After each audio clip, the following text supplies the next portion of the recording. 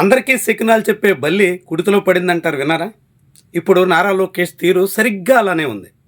ఆయన అందరికీ చాలా పెద్ద స్థాయిలో సూక్తులు వల్లించారు, హితబోధలు చేశారు, పిల్లల్ని కాపాడుకుందాం అంటూ పిలుపునిచ్చారు.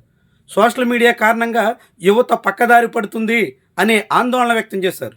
అంతేకాకుండా ఆస్ట్రేలియా తరహాలో 16 ఏళ్ల లోపు వాళ్ళకి అసలు సోషల్ మీడియా అందుబాటులో లేకుండా చేయాలి అంటూ ప్రతిపాదించారు. దాన్ని అమలు చేయబోతున్నాం అని కూడా వెల్లడించారు. దేశంలోనే ఆంధ్రప్రదేశ్లో మొదట అలాంటి నిర్ణయం తీసుకోబోతున్నాం అన్నట్టుగా నారా లోకేష్ చాలా హడావిడి చేశారు. బాగానే ఉంది. నిజంగా పిల్లలకు సోషల్ మీడియా కారణంగా నష్టం జరుగుతుంటే దాని నుంచి దూరం పెట్టడం బాధ్యతాయుతమైనటువంటి ప్రభుత్వంలో ఉన్న మంత్రిగా ఆయన ప్రయత్నం చేస్తూ ఉండొచ్చు. కానీ ఇప్పుడు మరి అదే నారా లోకేష్ తన కొడుకు విషయంలో ఏం చేస్తున్నట్టు?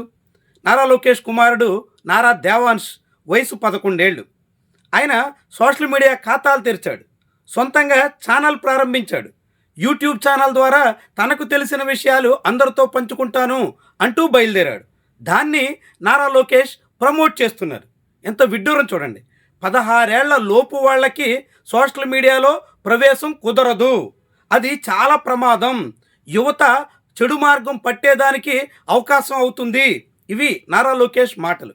అదే నారా లోకేష్ అన్ని సూక్తులు చెప్పినటువంటి మంత్రి స్వయంగా తన కొడుకు 11 ఏళ్ల నారా దేవాంశ్ అదే సోషల్ మీడియాలో ఖాతాలు తెరిచి ఛానల్ ప్రారంభించి సొంతంగా వీడియోలు చేసే ప్రయత్నం చేస్తుంటే దాన్ని ప్రమోట్ చేసే ప్రయత్నం చేస్తున్నారు.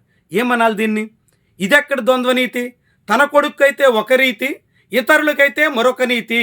ఇది ఎలాంటి సందేశాన్ని ఇస్తున్నట్టు? పైగా ఇంగ్లీష్ మీడియం విషయంలో తెలుగుదేశం పార్టీ నాయకత్వం చాలా తీవ్రమైన అభ్యంతరాలు పెట్టింది. కానీ నారా దేవాంశ్ స్వయంగా ఇంగ్లీష్లోనే తన వీడియో ఛానల్ని నడిపే ప్రయత్నం చేస్తున్నారు.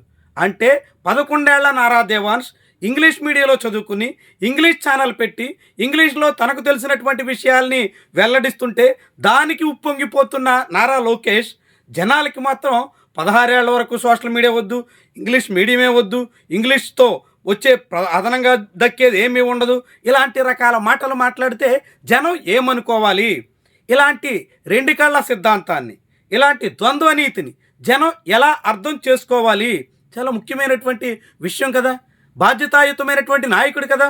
బాధ్యతల్లో ఉన్నటువంటి వాళ్ళు తాము చెప్పింది మొదట తాము ఆచరించి చూపించాలి కదా. తమకు మాత్రం నిబంధనలు ఉండవు, తమ ఇంట్లో బిడ్డలకు మాత్రం ఏమీ వర్తించవు, ఊళ్ళో బిడ్డలకు మాత్రం అన్ని నిబంధనలే, అన్నీ వర్తించాల్సిందే అనేటువంటి తీరున ఈ వ్యవహారం సాగుతుంటే జనం ఏమనుకోవాలి? ఈ మొత్తం విషయాన్ని ఎలా చూడాలి? చాలా కీలకమైనటువంటి విషయం.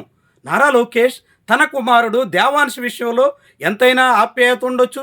కన్నబిడ్డ మీద తండ్రిగా ఆయనకి ప్రత్యేకమైనటువంటి ప్రేమ ఉండడం నేరం కాదు, దోషం అంతకన్నా కాదు, అందులో తప్పు పట్టాల్సిన పని లేదు. కానీ మరి ఇదే విషయంలో ఇతరుల బిడ్డలు అదే తీరున సాగడాన్ని నారా లోకేష్ ఎందుకు తప్పుపడుతున్నారు? సోషల్ మీడియాలో అందరి బిడ్డలు ప్రవేశించవచ్చు, 11 ఏళ్లకే సోషల్ మీడియా ఖాతాలు తెరవచ్చు, 11 ఏళ్లకే ఎవరైనా ఛానల్ నడపొచ్చు అనేటువంటి విషయంలో ఆయనకి అభ్యంతరం ఎందుకు? అక్కడైతే అభ్యంతరం పెట్టి దాన్ని నియంత్రిస్తాం, నిషేధిస్తాం, ఎటువంటి పరిస్థితుల్లోనూ అంగీకరించబోము అని బేకరాలు పలుకుతున్నటువంటి నాయకుడే తన ఇంట్లో తన బిడ్డ విషయంలో అందుకు విరుద్ధంగా సాగితే జనాలకి ఏం చెబుతున్నట్టు? ఎలాంటి సంకేతాన్ని ఇస్తున్నట్టు? ఇది ఏ విధమైనటువంటి అర్థాన్ని ఇస్తుంది? జనం ఎలా భావించాల్సి ఉంటుంది? ఇవన్నీ కూడా ఇప్పుడు వినిపిస్తున్నటువంటి ప్రశ్నలు.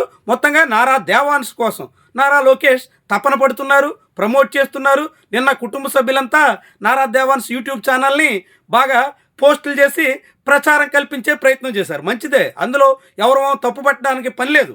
కానీ అదే పని ఇతరులు చేయడాన్ని మాత్రం నిరోధిస్తే, నిషేధిస్తే, అడ్డుకుంటే, అలాంటి ప్రయత్నమే చేస్తే అది మాత్రం చాలా విడ్డూరం, విస్మయకరం, అత్యంత విశేషంగా కూడా చూడాల్సి ఉంటుంది.